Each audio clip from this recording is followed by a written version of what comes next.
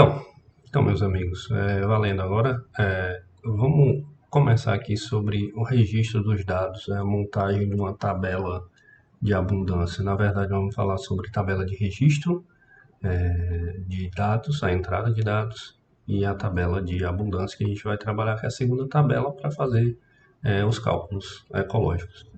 Então, assim,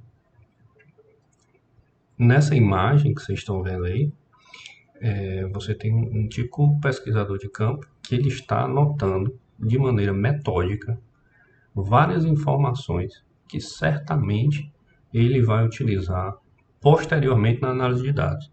E qual o problema? A gente tem que lembrar isso, o quanto isso é importante. Por quê? Várias vezes as pessoas já iniciam, elas fazem um trabalho sem saber nem qual a pergunta que elas vão responder. Então, assim, se você é um biólogo de campo, está trabalhando com levantamento de animais, de flora, no mínimo você vai responder quem são e quantos são, não é isso?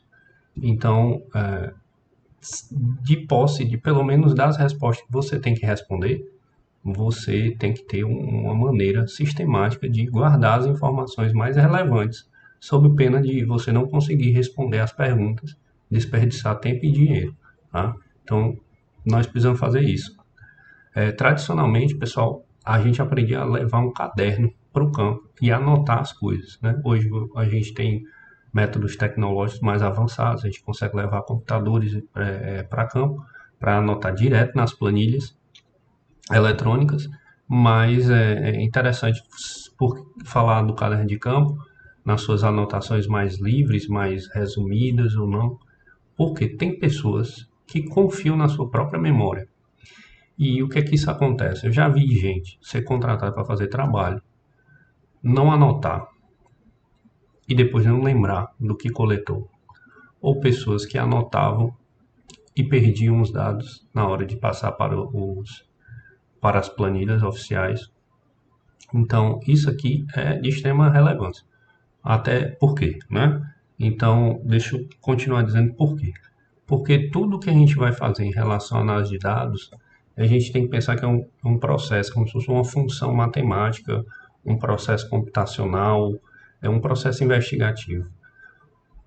A minha saída de informações, a qualidade dos meus trabalhos, tá? Do meu resultado,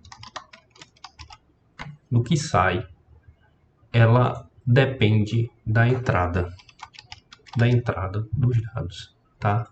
Isso aqui é o meu processo, a minha análise.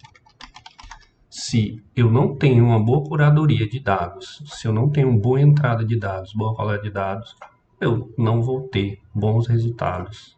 Eu vou perder poder de predição, tá? Então, vamos trocar aqui a tela